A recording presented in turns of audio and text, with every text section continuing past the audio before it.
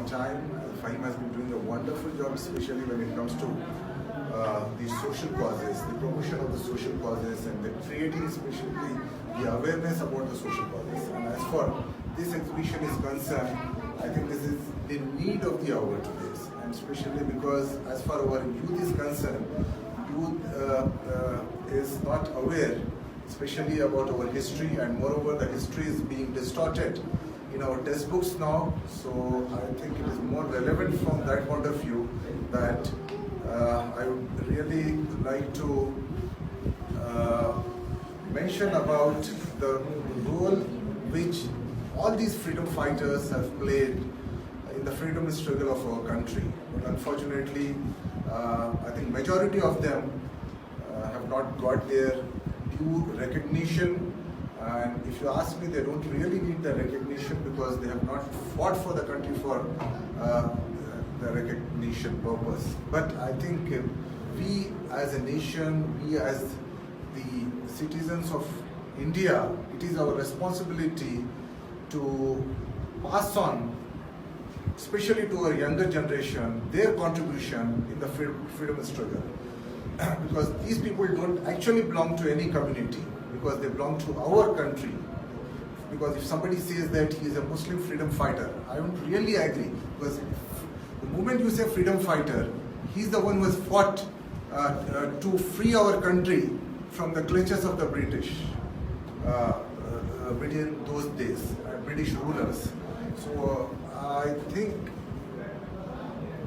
the way the things are happening in our country, the way the country is going in a particular direction, it is the much need of the hour that such an initiative had to be taken, and I am happy, especially for the organizations, and I would like to thank them and from the bottom of my heart for having taken this initiative.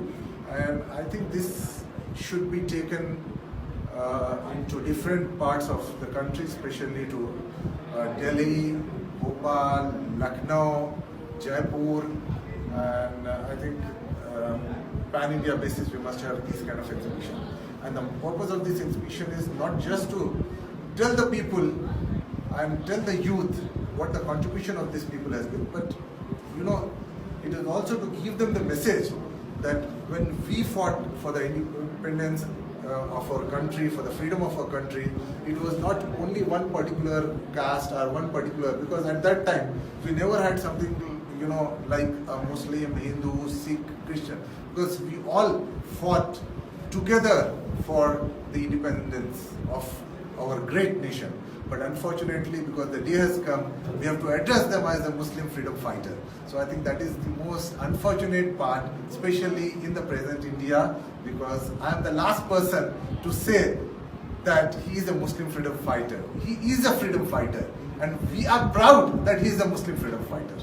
So that is what it is. One more thing. Yeah.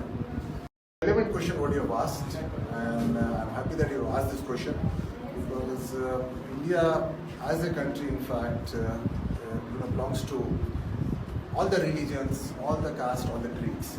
But unfortunately, as you have mentioned, it is not just only for the last two elections, but if you ask me, for the last 20-25 years, what's happening is because our politicians, some of our politicians, I would say, on a different trip, because they want to divide this nation, especially on the basis of the religion. And anyway, because we are divided on the basis of the caste, because when the elections are fought, we look at the caste, be it any political party, before giving the ticket to a candidate. Because we see, because if he belongs to SC, or if he belongs to BC, or if he belongs to some other caste. But unfortunately now what is happening is it has gone beyond that. Now we are looking at whether he is a Hindu or he is a Muslim. India is still a very secular country. When it comes to socially, we are very secular. When it comes to culturally, we are very secular. But politically, we have become communal. So I think what needs to be done is, because the kind of hatred through fundamentalism which we are trying to spread, especially among the younger generation, it is very unfortunate, and this is going to destroy the very secular fabric of our country. Because the Constitution of India is based on secularism, and secularism is nothing but it talks about everybody. It talks about the rights. It talks about the privileges. It talks about our rights. But unfortunately, what's happening is because there are some leaders, there are some political parties who are trying to divert our attention, and they are trying to misrepresent the constitution of our country. So that is very sad. So I think what is important is we have to first save the constitution of our country, and it is very important that the constitution, though it is a subject, but constitution has to be taught very elaborately, very extensively to all our students from the school, so that they should know what our constitution is all about, what our constitution tells us, unless and until we read. Because I know most of these politicians, they have not read the Constitution of India. It is only hear and say. So that is the reason. First of all, I think the people who are trying to divide this nation on the basis of the religion, they should read first about our Constitution. They should understand our Constitution. They should interpret our Constitution rightly.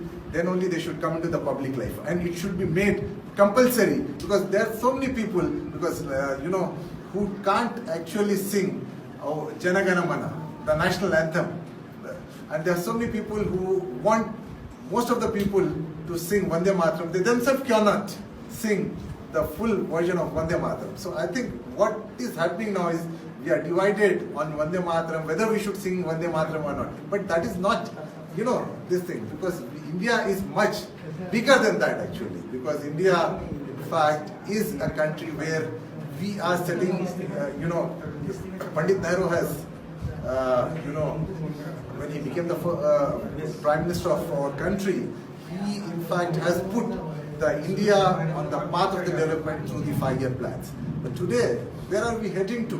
What is happening is we are trying to put a halt on our development. So now I think is the time that such initiatives should be taken, and we should not try to divide the community on the basis of the religion, caste or creed, but we should project as one. Because unfortunately what happens is, because I have experienced it myself, when we go out of India, we become more Indian, but while in India we are not Indians. Because somebody asked me the same question, I was in Kuwait recently. He said, sir, because whenever you people come outside India, and we are all NRIs here, so somebody asks us from the other nationality, who are you? We say we are Indian.